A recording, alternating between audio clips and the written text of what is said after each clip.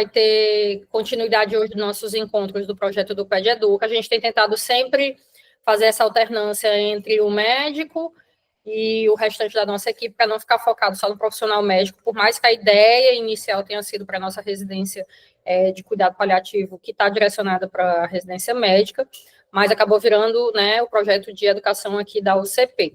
Então, a gente tem, ainda bem, né, o terapeuta ocupacional aqui dentro da unidade. Começou com a Silvia, depois veio o Daiane, e as meninas estão brilhando muito aqui no serviço.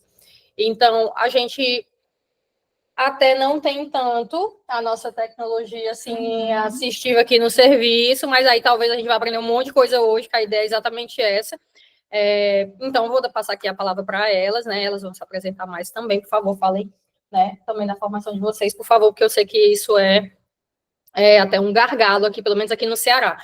Eu não sei se vocês sabem, mas, assim, começou com essa proposta da residência, da formação em educação, essa educação nossa daqui da UCP, mas a gente fala muito dessa coisa do cuidado paliativo, do cuidado da criança crônica, nós somos muito poucos, então o convite se alastrou, então, na verdade, hoje a gente tem gente de tudo quanto é canto, no grupinho aqui, tá? Então, tem muito mais profissionais do que até pessoas em formação, assim, acadêmicos mesmo, certo? Então, nem sempre o pessoal pergunta, eu acho que eles deveriam aproveitar mais, mas, assim, tem gente de todos os estados, então eu espero que a gente consiga dividir a nossa experiência e, caso alguém se sinta à vontade, acabe perguntando alguma coisa também. Sim. E aí a oportunidade é a gente dizer, olha, aqui no Ceará, aqui no SEIB, a gente tem feito assim, e aí, caso queiram compartilhar, também poderiam perguntar e a gente até aprender, né, com eles, como é que eles têm feito, tá bom?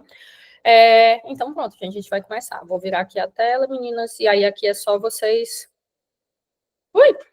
É só vocês passarem aqui para o lado. Fiquem à vontade.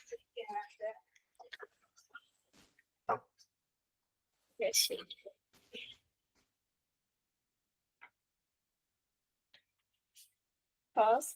Sim. Bom dia a todos. Meu nome é Daiane, eu sou terapeuta ocupacional. Minha formação foi pela Universidade Federal de Sergipe, eu sou de lá.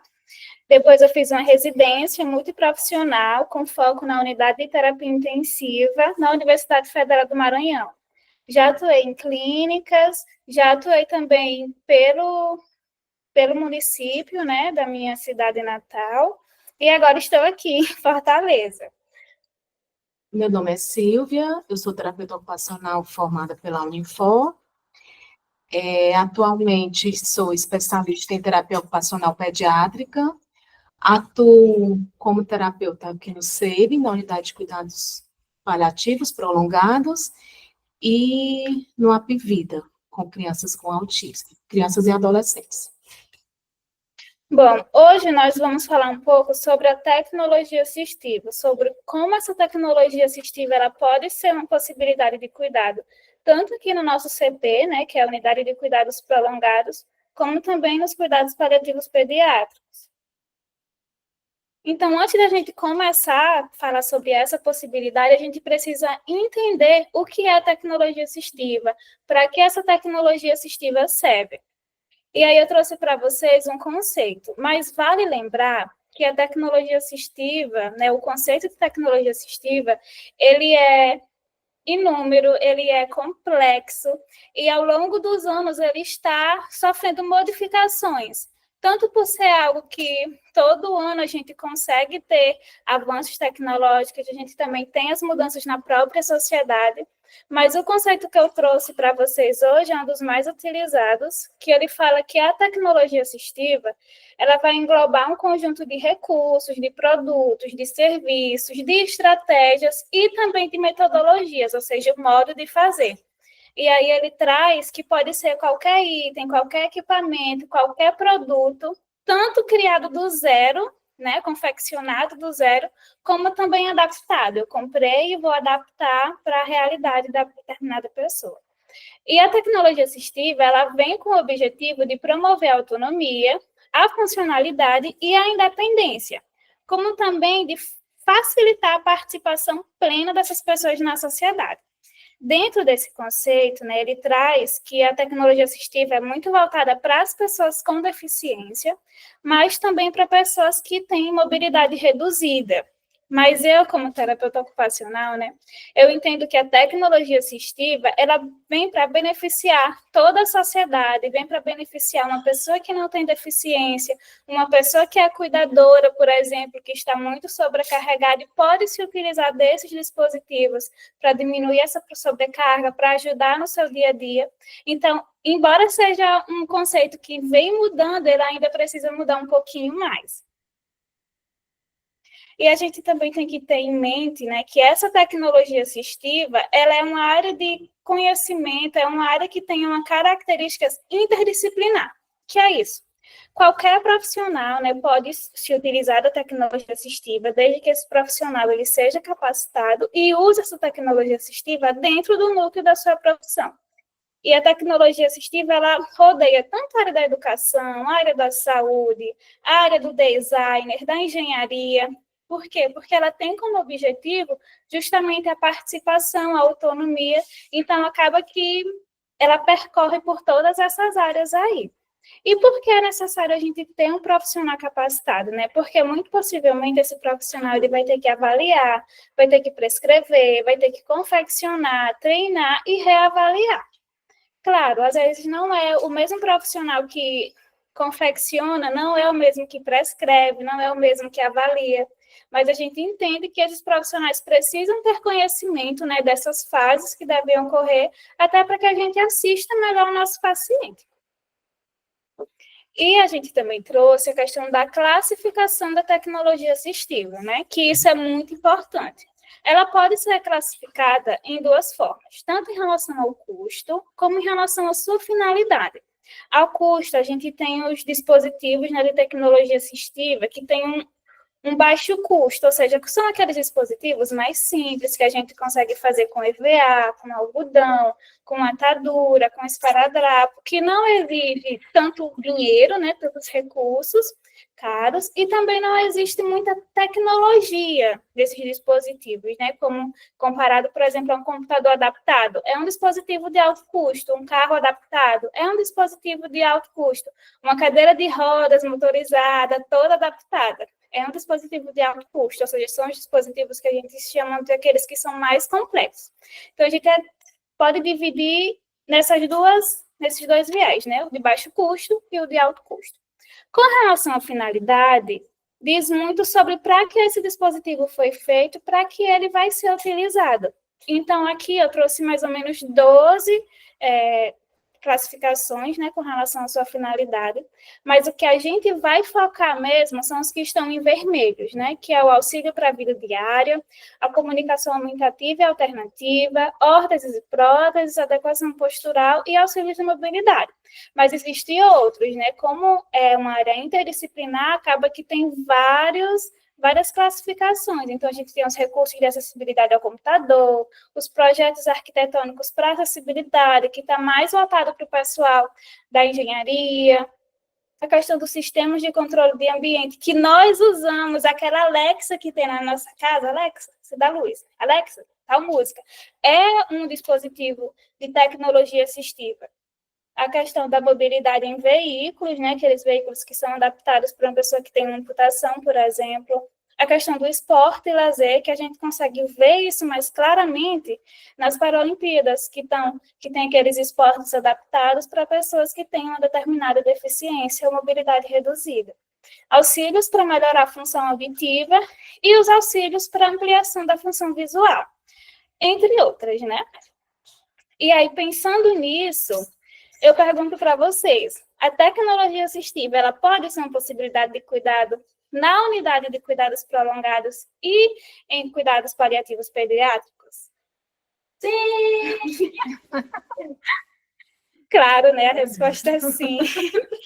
Porque a gente tem vários benefícios que essa tecnologia assistiva pode trazer. Ela, a depender do caso, do contexto, claro, ela pode vir a trazer a questão da autonomia, independência, pode vir a reduzir a questão das barreiras, tanto as barreiras históricas, né, materialistas, mas também aquelas barreiras que são arquitetônicas, as barreiras físicas. pode vir proporcionando qualidade de vida, pode proporcionar reabilitação, o desenvolvimento dessa pessoa, a questão do conforto, né? A gente consegue proporcionar conforto por meio de alguns dispositivos de tecnologia assistiva, a questão da inclusão e participação, interação e engajamento. E entre outros benefícios, são inúmeros, mas a gente trouxe esses porque é o que mais a gente consegue identificar aqui no nosso CP. E aí eu vou trazer os exemplos, né, imagens, da tecnologia assistiva, de dispositivos de tecnologia assistiva que a gente utiliza aqui no nosso CP, né, e que pode ser também utilizado futuramente. A gente vai falar um pouco sobre as órteses, cadeira de rodas, equipamentos de estimulação sensorial, adequadores posturais e adequações do próprio ambiente. E lembrando que esse ambiente ele pode estar tanto relacionado à enfermaria, né, que é onde as crianças ficam, mas também à própria casa, que é onde essas crianças vão após a alta daqui. Então, a gente sabe que tem que ter um quarto adaptado, tem que ter vários recursos ali. E a gente pode atuar nessas questões. Bem, um dos nossos primeiros exemplos, que é o padrão ouro, a gente chama, esse material que vocês estão vendo aí, esse tipo de órtese, certo? Essa órtese é um plástico moldável, um termoplástico bioagradável moldável, formado de ácido poliácido, PLA.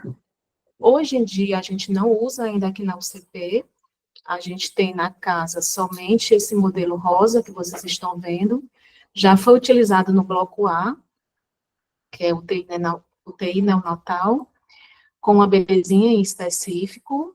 Aí essa mãe devolveu para a gente, como ele é um material termoplástico, ele é moldado conforme é esquentado, então a gente consegue ter várias reutilizações dele.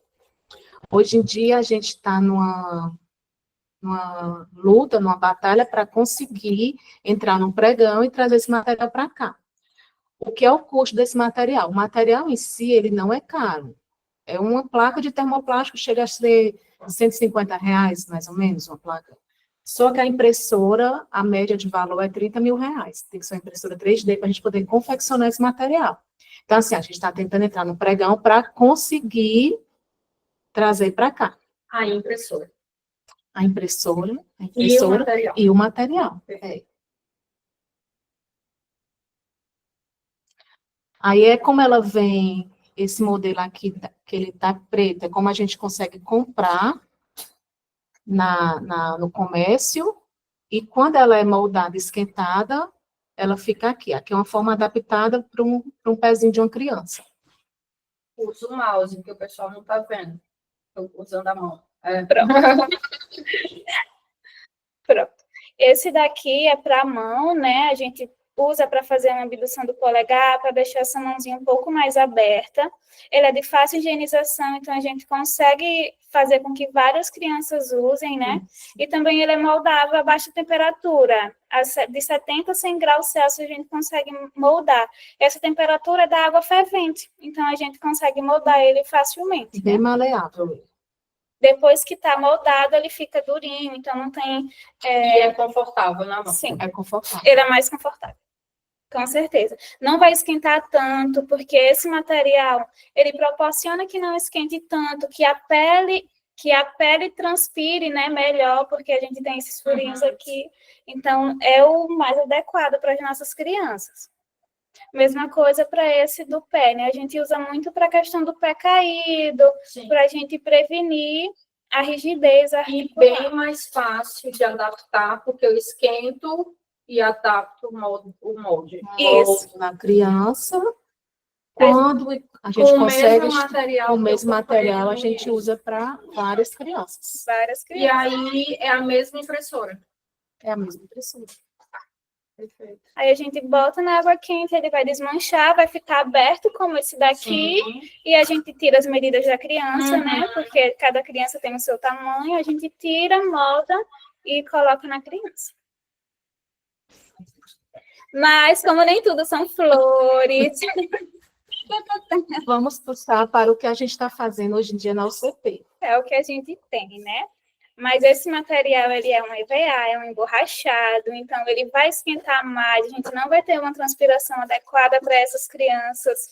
E esse material aqui, ele é feito com EVA, né? A gente pega 2 plaquinhas de EVA, e no meio dessas 2 plaquinhas pretas, a gente tem a garrafa PET, né? Então, a gente corta um pedaço da garrafa PET, a gente molda com uma pranchinha de cabelo mesmo, e aí a gente cola e faz assim. Algumas crianças, elas não têm indicação para esse dispositivo. Por quê? Porque ela vai ter força nas mãos ou nos pés. E aí, como ela vai ter força, a força dela vai ser maior do que a resistência da garrafa PET, né? Infelizmente. Vai ser maior e essa criança não vai se beneficiar. Quando ela for fechar a mão assim, vai fechar com tudo aí, porque é um material bem molinho mesmo. É mais para recém-nascidos, para as crianças que ainda não têm tanta resistência, né? Mas dá certo, a gente consegue fazer dar certo. Essa criança aqui, ela é da nossa CP, ela tem um desvio, né? A gente percebe que ela tem um desvio bem acentuado, e ela ficava muito com o dedo, o polegar aduzido, e os outros dedos, né, com flexão. A gente preza muito pelo funcionamento dos membros e pela posição funcional desses membros também. Por quê? Porque se tiver uma deformidade instalada, vai ser muito difícil para a reabilitação dessa criança, ela vai sentir dor, então a gente tem que prevenir quanto pode. No caso dessa criança, a gente conseguiu usar, né? Foi o material que eu falei anteriormente, mas como ela já está tendo uma maior resistência nas mãos, acaba que vira e mexe, sai, tira. Então, é todo um trabalho que a gente tem que fazer também com a mãe que está acompanhando ou com a acompanhante, né? Mas dá certo, mas não era o ideal. Esse aí é outro modelo de adaptação que a gente faz. Essa redinha aqui é a rede tubular que é usada na GTT. Então, a gente pega o menor tamanho, que não está vindo mais para cá, né? Então, a gente pega o menor tamanho, que é meio ou 1, que ela é bem fininha, que ela é própria para dedo e para punho, faz uma redinha, que a gente chama de luva de boxe, e coloca na mãozinha da criança. Só que antes a gente faz o rolinho de EVA, coloca na parte da palma da mão e fecha, coloca a redinha e fecha para ela manter a mão o mais funcional possível. Então, como você quer deixar a mão? Mostrando para o pessoal. Assim, Funciona. Entendi. ela não pode estar fechada, né? Ela também não pode estar assim em extensão, porque acaba que também vai prejudicar e não vai ser funcional. O funcional é assim. Perfeito.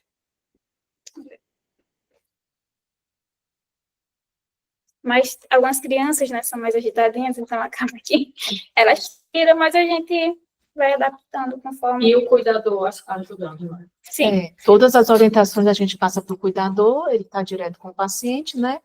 Para poder auxiliar a gente, e a gente também ter o retorno de como é que ficou, quando a gente volta no outro dia. E lembrando, né, essa daqui é a redinha branca, ela é maior do que o ideal, então a pequena, como a Silvia falou, não está vindo mais para o hospital, então a gente utiliza do número um pouco maior. E aí nem sempre fica tão bem acoplado, por isso que sai com maior facilidade do que se fosse com a outra um pouco menor. E agora para os membros inferiores, mesma coisa. EVA, a gente tira as medidas da criança, a gente faz, mas a depender da criança não vai ser funcional, porque o pé vai ter resistência, né? Vai cair para baixo e com certeza isso daqui também vai cair, porque não tem tanta resistência com um garrafa PET. Infelizmente, a gente não consegue ter outro material ainda. E aí, antes da deformidade instalada ou com deformidade instalada, Antes. vocês conseguem fazer com o EVA? Porque com o EVA tolera pouca resistência, não é isso? Tem que ser antes e tem que ser com uma criança, por exemplo, até 3 meses, que geralmente ela ainda não tem tanta resistência, não vai ter tanta força. Perfeito. Criança com deformidade instalada, a gente não consegue colocar uma órtese, a depender do nível dessa deformidade. Eu vou mostrar Nenhum aqui. A gente tem até um exemplo. Vai depender do caso. Perfeito. Essa órtese a gente consegue aqui no hospital, lá na sala do gesso, né? O moço tem várias órteses dessa, porque acaba que as crianças vêm para atendimento lá embaixo e usam, precisam fazer uso. Como são órteses que já foram usadas por outras crianças, nem sempre a gente consegue uma órtese realmente em bom estado, limpinha, nova. Né? Geralmente a gente pega, ela está um pouco mais suja, então a gente tem que levar para casa, tem que higienizar, para trazer o mais limpa possível, né, visualmente. Porque a gente sabe que a questão do visual importa, principalmente para quem está cuidando. E assim, ela acaba que a gente consegue fazer adaptações para outras crianças, porque esse material a gente consegue esquentar com o abafador que a gente tem aqui, e ela molda na criança também. A gente tira as medidas da criança, né, do tamanho do pé, da questão do calcanhar também, e aí a gente vai com essas medidas lá embaixo, a gente busca melhor e vê. É sempre importante que a gente traga, que a gente coloque na criança e que a gente fique monitorando. Por quê? Porque pode acontecer de ter pontos de pressão. E esses pontos de pressão, eles vão causar lesões por pressão, e não é isso que a gente quer. Então, a primeira vez que a gente trouxe essa órtese, ela ficou um pouco apertada, bem aqui, ó. E aí a gente teve que descer, teve que abrir, para a gente poder posicionar da melhor forma possível. Essa criança ainda não tem uma deformidade instalada, mas ela já estava começando o pé dela ficar mais caído, mas a questão da mobilidade estava perfeita. Mas como não tem tanta movimentação, acaba que com 2 dias, 3 dias, a deformidade pode se instalar, porque é algo rápido, porque não tem justamente mobilização. Então, a gente mobiliza, vê que está ok, que dá para colocar e a gente coloca. Esse é um caso de uma criança que não tem como a gente colocar. Por quê? Porque já tem uma rigidez articular aqui. E a deformidade já está instalada. Já está instalada. Então, mesmo que eu pegue esse pé, que eu mobilize, ele não vai ficar com ângulo de 90 graus, que é o ideal para a gente colocar, né? Então, aqui não é possível a gente colocar uma órtese. Precisava de primeiro uma avaliação com o ortopedista para saber se podia reposicionar esse pé, para saber se podia ajustar essa deformidade. Uma avaliação com toda a equipe, com a questão da fisioterapia também, para a gente depois conseguir colocar a órtese. Mas do jeito que está aí, a gente não consegue.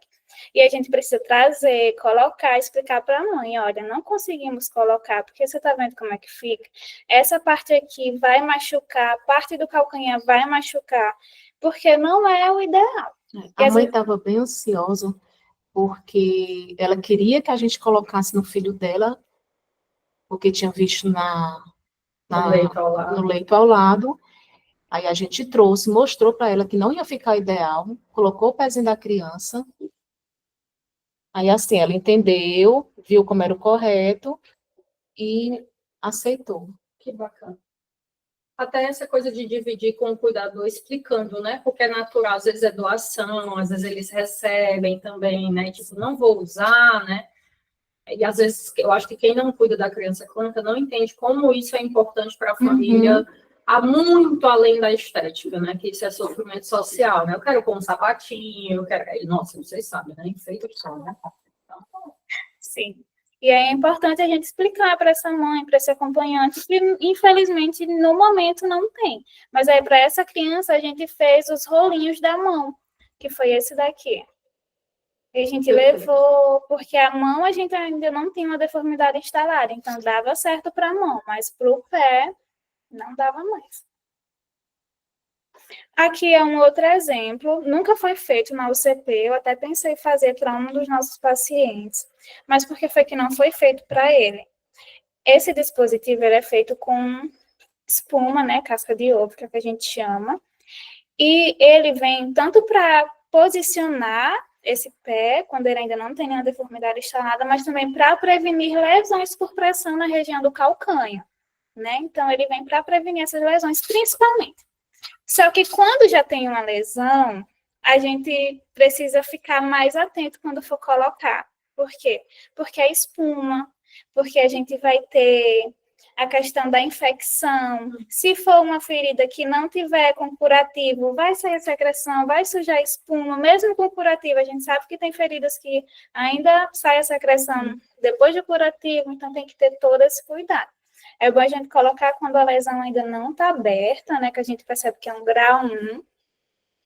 Ou ainda quando não tem lesão, mas a gente sabe, é um paciente crônico, então vamos prevenir, porque a gente também tem que trabalhar com a questão da prevenção, tá?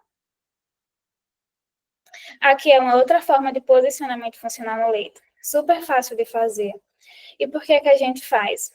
Porque, olha, o paciente está emagrecido, então as proeminências ósseas estão mais expostas. Isso é muito fácil para abrir uma lesão. Outra coisa também, mobilidade reduzida, rigidez articular. Então, se a gente deixar a mão e o braço do paciente de qualquer forma, quando a gente for pegar novamente, ele vai sentir dor. Né? Então, a gente tem que posicionar da melhor forma possível. Até com o lençol a gente consegue fazer isso, que é algo bem fácil. Pega o lençol, dobra, né? A gente abaixa um pouco mais essa ponta aqui, que é para a mão dele ficar assim. Nem assim, mas assim. Que é o correto. Funcional. Funcional. Por quê? É um paciente crônico? Sim, mas a gente também precisa promover o conforto para esse paciente, né? Quanto menos deformidades instaladas ele tiver, menos dor ele vai sentir, mais confortável ele vai ficar. Aqui é uma outra forma de posicionamento funcional no leito. A gente tem aqui o padrão ouro, né? E a gente tem aqui o padrão que não é ouro, mas é o que a gente tem. Esse daqui, ele é feito com atadura, com algodão, com esparadrapo, né? Eu consigo fazer aqui no setor. E aí a gente coloca para prevenir lesões, tanto na região da orelha, quando ele tiver de decúbito lateral, então a orelha vai ficar dentro do buraquinho que tiver, do orifício, quanto também na região occipital, que é essa parte aqui. Então, quando ele tiver de decúbito dorsal, essa região aqui vai ficar dentro do buraquinho, né, do orifício. E aí, a gente tem o padrão ouro. Esse dispositivo aqui é um dispositivo em gel, que muita gente chama de pudim porque parece, né? Ele é muito maleável, porque é um gel, então ele vai se adaptar ao corpo do paciente. Ele vai esquentar bem menos, porque um gel é mais friozinho, então a questão do esquentar na pele do paciente vai ser bem menor. Mas eu só vi um até agora aqui na UCP, né? E esse daqui a gente percebe que o plástico de cima está um pouco danificado. E aí, o ideal era que a gente passasse um papel filme e colocasse. Mas o papel filme, né, vai trazer aquela questão do esquentar, porque não é o papel ideal para aqui. Aí a gente tem que ficar sempre monitorando. Mas todos os dispositivos, eles têm que ser monitorados. Por quê? Porque, embora seja um dispositivo para prevenir deformidades, para prevenir LP, todo dispositivo ele pode trazer algum malefício, né? Passado muito tempo usado, ele pode sim fazer uma lesão, né? Ele pode abrir, a pele vai ficar mais vermelha, que é permeada. Então, o ideal é que a gente use 2 horas com, 2 horas sem. E sempre monitorar, né? Essas 2 horas primeiras que eu tirei, ficou vermelho? Tem algo de errado. Então, eu preciso rever esse dispositivo e eu preciso minimizar esse ponto de pressão que está ali existente, que foi no caso da órtese que eu mostrei para vocês. Aqui, né, uma mesa com vários recursos de tecnologia assistiva, desde o mais simples até o mais caro seria esse daqui, que ele realmente é caro. Então, a gente tem tanto o dispositivo fechado quanto o aberto mais utilizado para pacientes que estão entubados, né? E o fechadinho para pacientes que estão em área ambiente. Porém, depende, cada caso é um caso e tem que ser avaliado. Esses daqui são para adolescentes e adultos, e esse daqui pequenininho é para criança. Bem bonitinho, bem fofinho, bem maleável. Se molda o corpo da criança, no caso, a cabeça da criança, então é muito bom. Padrão ouro, padrão não ouro. Temos aqui no hospital, lá na sala da TO. Mas por que esse daqui não é o padrão ouro? Porque esse material azul, ele esquenta, porque a espuma não vai se moldar ao corpo do paciente, então vai ser mais fácil de criar uma lesão por pressão ou de qualquer outra deformidade que a gente não queira. Temos as órteses, né? Temos os dispositivos para estimulação sensorial, temos a questão do brinquedo, que ele também pode ser uma tecnologia assistiva, a depender da funcionalidade dele. Esse daqui a gente usa muito para a questão da inclusão, que a menina está na cadeira de rodas, então é algo bem legal também. Aqui são outros dispositivos que a gente não tem aqui na UCP, mas vamos batalhar para ter. Hoje em dia a gente tem na UCP só esse daqui, que é uma estimulação vibratória, uma adaptação que a gente fez, certo? Aqui são recursos para estimulação tátil sensorial, são diversos formatos, certo? Aqui a gente tem as placas vibratórias plantares, mais indicado para adultos, adolescentes e adultos, certo? Temos também o óculos de realidade virtual, que aqui a gente não usa, são bebês, né? Também é muito usado para a parte do adolescente e do adulto. Temos também as canetas, essas canetinhas aqui, cada uma tem uma cor diferente e ela, aqui ó, cada uma tem uma cor diferente e ela tem um formato diferente quando ela gira. A gente usa ela para estimulação visual. E tem uma pontinha aqui, ó, cada qual tem uma pontinha onde é colocado também para estimulação tátil. São formatos diferentes. E o tablet, que também pode ser um dispositivo, né, de tecnologia assistiva, depender de como ele seja usado. E uma das formas que ele pode ser usado é na questão da comunicação alternativa. Então, em alguns locais, não se usa essas plaquinhas aqui que a gente imprime. Se usa o tablet, coloca no tablet as plaquinhas e a gente consegue identificar o que o paciente quer por meio das plaquinhas no tablet. Alguns conseguem escrever, então também utilizam o tablet para escrita. Mas também pode ser utilizado o papel, né? Entrega o papel e a caneta e o paciente escreve quando ele tem condições. Alguns pacientes, eles são alfabetizados, então a gente consegue utilizar, dependendo da tolerância dele, o alfabeto, e aí a gente vai tentando entender o que ele quer, né, por meio da formação das letras. Mas é importante fazer uma avaliação, porque nem todo paciente vai ter tolerância para fazer, vai ter a paciência para fazer, vai ter a acuidade visual necessária para fazer, né, então a gente precisa identificar esses pontos antes de realmente levar para o paciente no leito. Alguns, né, preferem a questão das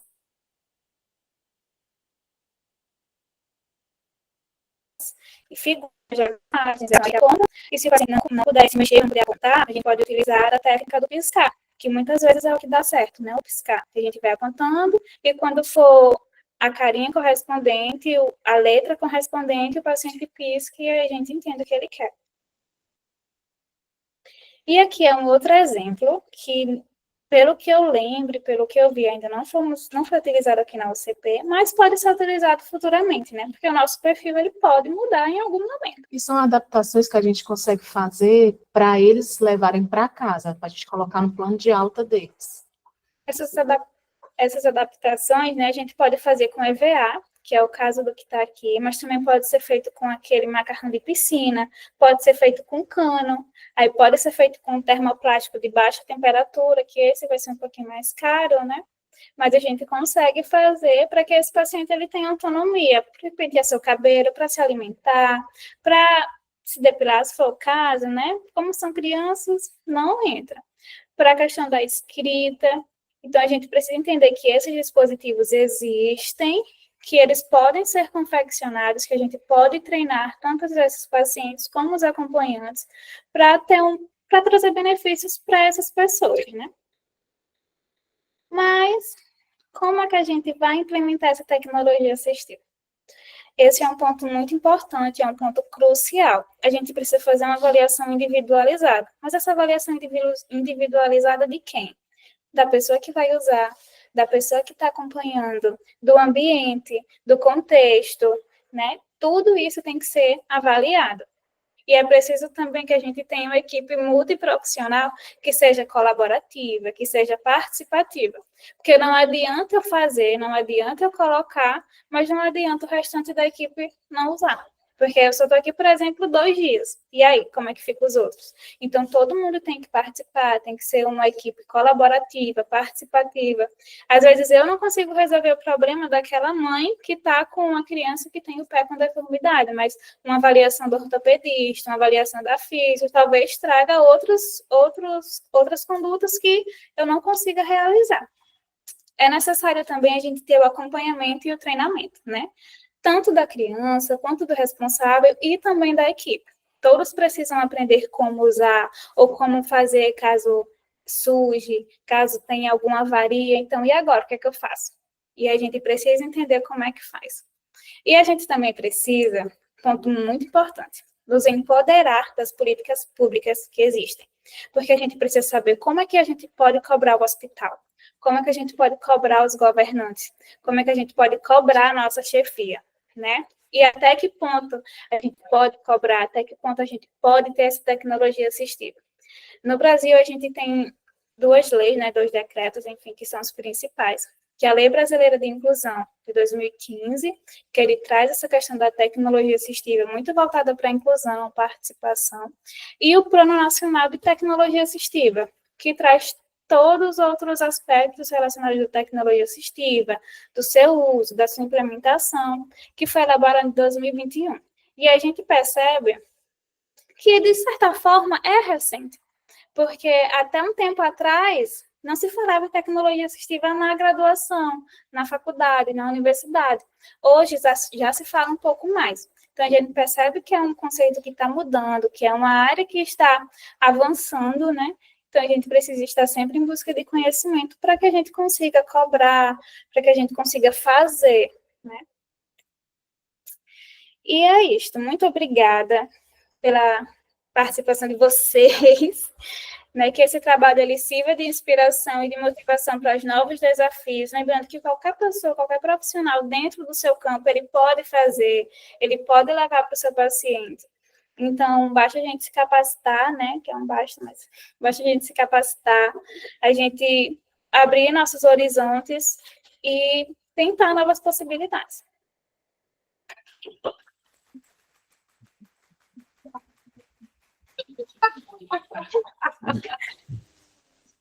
Eu tô morta, pelo amor, não fujo não, pelo amor de Deus, aqui as mãozinhas aqui, os coraçõezinhos.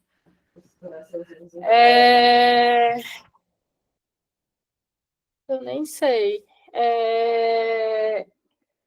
Obrigada pela aula. Eu já fui perguntando um monte de coisa e complementando aqui do lado, né? Porque, na verdade, eu acho que a gente ainda não consegue, no dia a dia, a gente se encontrar, Sinara, com vocês, né? Eu queria muito me encontrar mais com vocês, essa é a verdade, assim, na beira do leito. Porque eu acho que à medida que eu estou aprendendo a cuidar mais desse perfil de paciente, eu fico mais curiosa em como eles vão ficar depois, porque a gente está conseguindo mantê-los bem, a gente quer ver quão funcional eles podem ser. Eu fui aprender isso do pé depois, porque eu sou intensivista de formação. E a gente, como pediatra, mesmo na formação de pediatria, a gente não é educado nesse sentido. E aí, como essa coisa do trabalhar multiprofissional, interdisciplinar, isso é uma coisa que está em construção, a gente não foi formado para isso. Então, isso está sendo uma coisa da avaliação, pelo menos para mim, eu não sei para o pessoal. Então, é um processo. Então, eu fui aprendendo porque as famílias traziam. O pezinho. Aí eu ficava, mas não é relevante? Aí eu ficava. Aí eu começava a pensar, é relevante pela dor. Porque aí eu lembrava do meu objetivo de cuidado, mas não era só isso, tinham outras questões. E aí mas como que eu vou fazer? Aí não era a Sinara médica que ia resolver isso, aí tem categorias profissionais que estudam só isso. Aí vem a dificuldade de ter a categoria profissional de vocês, porque aqui no nosso estado, não sei se você sabe, mas tem a escassez da formação, fechou, e eu acho que agora que está voltando, né, o curso.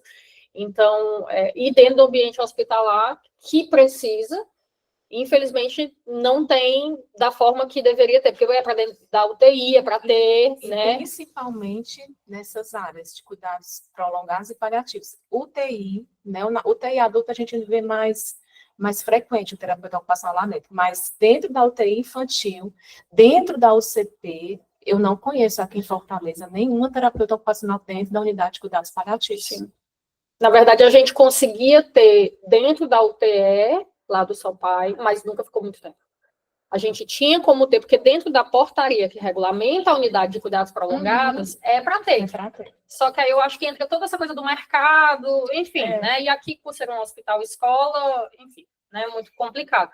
Porque é isso, a gente pega muita deformidade tardia dos nossos meninos. Os nossos pacientes com encefalopatia de base, todos eles têm a deformidade já instalada. Aí a gente corre atrás só do ortopedista para resolver a deformidade instalada. Aí entra toda a questão do custo em relação a isso, mas aí se eu tenho ele cheio de morbidade, eu aumento o risco, internação hospitalar, complicação e óbito. E aí, tipo, eu podia ter prevenido isso tudo lá no início, então é uma coisa que não faz o menor sentido. Aí, tipo, cada vez mais que a gente tem contato com as outras categorias, e no caso de vocês, aí eu fico vendo, meu Deus, quanta coisa eu posso fazer tão precoce. Ver isso da impressora me dá uma raiva, mulher, porque é um contrassenso. Quanto que custa uma cirurgia ortopédica de um paciente desse depois, e você podendo ter esse material aqui? A gente tem que abrir a visão dos nossos gestores, né? Que é mais fácil eu prevenir do que eu tratar. Eu consigo muito mais prevenir, com custo menor. E vocês conseguirem moldar e adaptar a mesma ferramenta para o mesmo paciente, conforme ele cresce, né? Conforme ele cresce para várias crianças. Conforme a mobilidade também vai aumentando, porque tem algumas deformidades, né, que a gente vai conseguindo aumentando com as órteses, que a gente tem as classificações das órteses, e tem aquela que ela é estática, que é para ficar quietinha ali, parada, mas tem umas que a gente vai conseguindo moldar à medida que o paciente vai conseguindo a mobilidade. Então, a gente força um pouquinho, aí deixa. Aí percebe que, perfeito, deu certo. Força mais um pouquinho, aí deixa. Sim. E a gente vai avaliando até voltar para o que é o normal, funcional. E mesmo depois da cirurgia, mesmo depois do tratamento, né, essa criança ainda precisa. Porque se a gente fez o tratamento e deixou lá, sim, ela vai estourar a deformidade novamente. Sim. Infelizmente. Perfeito. E a gente não entrou nem muito na questão, porque ainda temos essa necessidade, que eu não tenho um contato com essa realidade, que eu acho que talvez entre mais no adolescente, no adulto, da comunicação alternativa, né? Às vezes a gente vê no UTI, mas a gente não sabe nem como usar. Aí vê o paciente, às vezes, mais consciente, quer perguntar coisa. Eu não sabia, eu saí, aí depois eu descobri que é tipo batalha naval, né? Você tá aqui, aí aqui, aí daqui para cá, tá aqui, aí você vai formando. Só que dá para você ter um treinamento em relação a isso, porque não existe. Eu tive uma colega, que foi uma colega nossa daqui, que teve um AVC, e era a angústia dela, que ela conseguia usar o lado direito e ela queria escrever. Aí foi dado um bloco de papel para ela porque é essa ansiedade em se comunicar. Então, imagine a pessoa, ela conseguia escrever, mas para quem não consegue, né? Então, você entender que isso é uma forma de cuidar da pessoa e permitir que ela se comunique. E pode ser papel, entendeu? Ou, no caso da gente, a nossa criança que está em desenvolvimento, a gente permitir a ele ser letrado dessa forma. Eu não consigo vocalizar. Então, como é que eu vou fazer? Será que é um dispositivo? E esse dispositivo vai emitir voz por ele? Então, assim, são coisas que a gente... Aí tá, ambiente hospitalar não vai ser... Ou vai ser, porque a gente tem criança que tá ficando muito tempo aqui. Então, assim, como a gente tem que estudar essa parte ainda, né? E aí é multi. É todo mundo junto, né? Porque pouca coisa também está sendo construída nesse sentido, né? Mas é isso. Para além da comunicação, né? A gente tem a questão da brinquedoteca, do brincar. Do brincar, porque perfeito. A criança, muitas vezes, ela não vai querer verbalizar, ela não vai querer se expressar verbalizando, ela vai preferir brincar, ela vai preferir pintar. Perfeito. E uma brinquedoteca seria maravilhosa para os nossos pacientes que conseguem sair do leito. Perfeito. Eu tive um contato maior com a terapia ocupacional na casa de cuidados. E é impressionante o quanto que a gente está indo lá uma coisa lúdica, mas não, cada atividade é objetivando um ganho, né? Então, assim, é fantástico. Tem todo um objetivo por trás. Porque, assim, as pessoas veem a gente com um brinquedo e pensam que a gente está ali para brincar, mas não é. A gente tem um plano terapêutico formado para brincar, mas é terapêutico, né? E é para ensinar a criança a brincar, porque aqui a criança não brinca. Exatamente. Aqui a criança não brinca, aqui a criança não se vê, aqui a criança passa o dia todo olhando para um teto branco. Perfeito. Então, assim, o que a gente está trazendo são recursos para que eles possam saber que eles existem. Perfeito. E que eles vão sair daqui, se Deus quiser, para casa, aí vão ter todas as funcionalidades em casa. Ele vai ter o brincar já um pouco construído, ele vai ter a imagem dele um pouco melhorada. Sabe o que eu percebo, Silvia? É que o cuidador, e aí, poxa, é uma pessoa que muitas vezes é simples, mas eu nem acho que é só isso. o filho passou muito tempo na terapia intensiva, vem para esse leito aqui. E ele naturalmente está com a sua criança ali, eu acho que isso é natural, assim, eu tenho percebido muito isso, assim, em algumas crianças nossas. Então, eu dou o brinquedo. E ele espera que a criança brinque. Só que aquela criança, ela nasceu, foi para a UTI, nunca brincou. Ela não sabe o que é brincar, ela não conhece outras crianças, eu imagino que ela não reconhece nem as cores, as texturas, nada, né? E aí, joga os brinquedos no menino, aí o menino, ele pode até pegar umas coisas, talvez alguma coisa chame mais atenção, outra não tem interesse, o que eu faço? Tela. Né? Então, assim, é um movimento extremamente natural que eles fazem, e aí não há a interação, não existe, óbvio que as pessoas não estão treinadas para isso, eu tenho que ensinar essa criança a brincar. Eu acho que nós, profissionais de saúde, não fazemos a menor ideia sobre isso, porque a gente não é educado sobre isso, sobre entender, nem o pediatra, sinceramente, sendo muito sincero, a gente não é treinado sobre isso, porque a gente passa a aprender aqui. Na terapia intensiva, a gente não tem olhar para isso. Óbvio que eu estou salvando vidas, é um ambiente criticamente doente, só que esse perfil de pediatria, ele está mudando, essas crianças estão ficando mais tempo na UTI, elas estão retornando, essas unidades como a nossa existem, esse perfil de criança existe.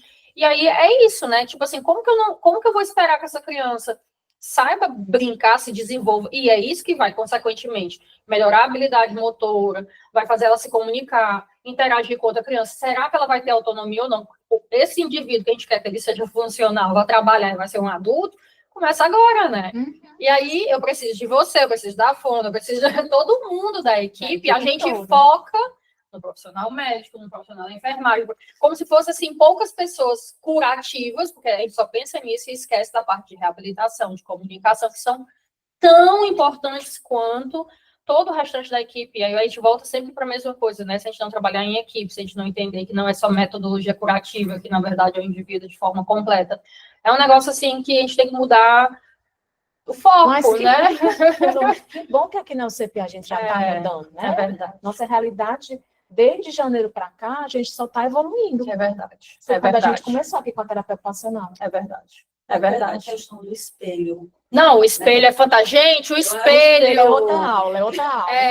Mas diz... Então, assim, a gente em casa, mãe, a gente vai passando ali, aí olha o espelho e bota a criança. A mãe aqui, ela não tem como fazer isso, porque a filha dela está ali deitada. Às vezes nem ela mesmo se olha no espelho, né? Sim. Aí tem isso, quando o primeiro momento que eu tive com uma das crianças, não sei se vocês já vi, foi isso, foi?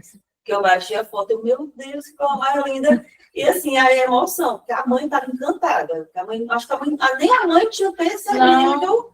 Mas é isso, tipo, não tem as ferramentas para entender que isso é importante. Porque aqui em casa, a gente, mas ali na correria, a gente joga aqui um celular com o filho, e a questão de sentar e brincar, a gente já deixa, não tenho tempo, não, a correria, a gente mesmo faz isso em casa. Imagine aqui. Aqui é só mesmo a questão curativa, é só mesmo remédio, faz ali um curativo, é muito, né, a gente esquece mesmo essa parte do lúdico, do funcional, né? E aí a gente tem vários diagnósticos feitos errados.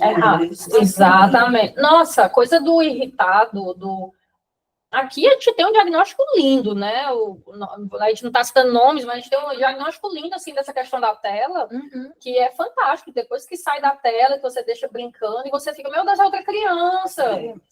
É incrível. Tipo assim, eu tô vendo a literatura aqui acontecendo. Então, só dizer aqui os comentários, o Thiago deu o Joaquim, primeiro, deu parabéns pelo trabalho da UCP, excelente aula. O Tiago, parabéns quanto às possibilidades de reabilitação, muito além de controle de sintomas, questões bioéticas, conflitos. Que é isso, Tiago? Mais qualidade de vida. E o Paulo é fisioterapeuta. Deveria existir uma lei que tornasse obrigatório o TO exclusivo para cada 10 leitos de UTI-PED. Muito bem, UTI-PED e NEL. E os cuidados prolongados por pelo menos 12 horas.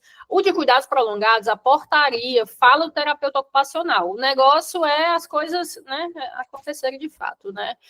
Ai, gente, acho que é isso. Muito bom, muito obrigada. Desculpa que a gente ficou fofocando aqui, mas estava todo mundo junto. E acho que é isso. Alguém quer perguntar alguma coisa? Acho que não, né? Obrigada. E é isso.